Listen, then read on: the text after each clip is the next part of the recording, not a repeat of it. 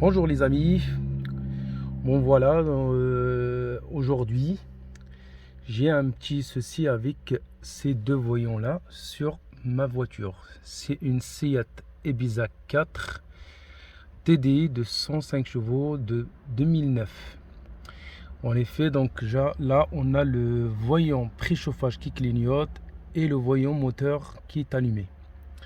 Donc en passant la voiture à la valise avec cette valise de la marque Delphi Car, donc ça affiche ces deux défauts, donc le P1592 qui est permanent et le P0113 qui est intermittent.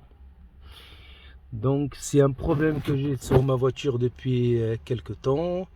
Je me suis renseigné auprès d'un garagiste, mais le souci c'est qu'elle m'avait dit que ça pourrait venir que de la vanne EGR. Donc en faisant confiance à mon garagiste, j'ai changé la vanne EGR, mais le problème persiste encore. Et en effet, pour réparer ce problème que j'ai sur ma voiture, ça m'a coûté 26 € en fait.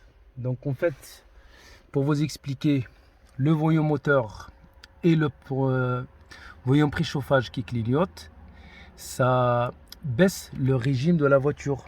Donc on se retrouve avec un mode qui s'appelle le mode dégradé. En fait, comme la pièce ne marche pas bien, elle envoie des informations au calculateur de la voiture comme quoi il y a une défaillance, et pour protéger le moteur, la voiture se met en mode dégradé. Donc là on va y aller sur le compartiment moteur et je vais vous montrer d'où vient le problème. Donc voilà, ça c'est le compartiment moteur de la voiture. Et donc en fait le problème il vient de cette pièce là. Donc ça c'est un capteur de suralimentation d'air du moteur. Donc sur ma voiture, donc heureusement qu'il est au-dessus du moteur, mais sur d'autres voitures donc on peut le retrouver en dessous. Donc c'est facile à repérer. Donc elle a cette forme et elle est connectée à cette durite qui vient de compartiment là où il y a la vanne EGR et le turbo. Donc soit on le trouve ici, soit on le trouve en dessous carrément.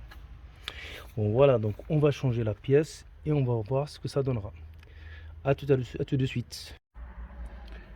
Bon, nous revoilà.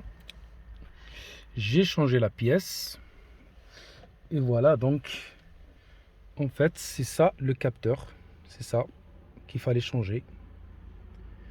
Donc il a cette forme et si vous vous rappelez, au début ça nous a mis le P1592 permanent, là il est passé intermittent. Donc le problème est venu pour ma voiture de cette pièce. Donc c'est cette pièce qui est responsable de la baisse d'origine. Donc là je vais aller effacer les codes défauts.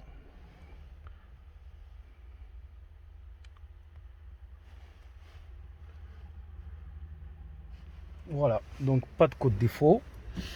Donc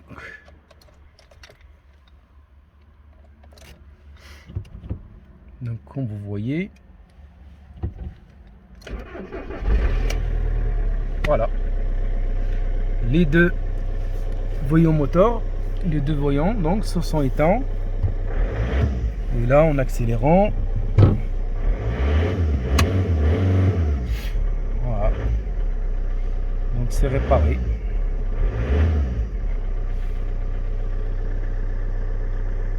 Voilà, bonne journée et bon courage pour vous. Bon voilà les amis, là je suis sur la route et comme vous voyez, donc la voiture, là je suis en troisième et ça monte. Donc il n'y a pas eu de souci de puissance, là ça monte facilement, normalement aucun voyant qui est allumé. Et voilà, donc le garagiste m'avait fait un devis à 600 € et la réparation m'a coûté que 30 €. Voilà la preuve. Allez, j'espère que si vous avez rencontré le même problème, en fait ça vient du capteur de suralimentation et rien de plus. Ça vaut 21 euros sur internet. Avec les frais de port, ça monte jusqu'à 30 euros maxi. Voilà, pour 30 euros, la voiture retrouve sa puissance. Voilà, voilà la preuve. Donc là, je suis en 4e. Voilà. Et ça monte facilement jusqu'à 100. Voilà, comme vous voyez. Bon, voilà. Allez, à la prochaine. Bonne journée.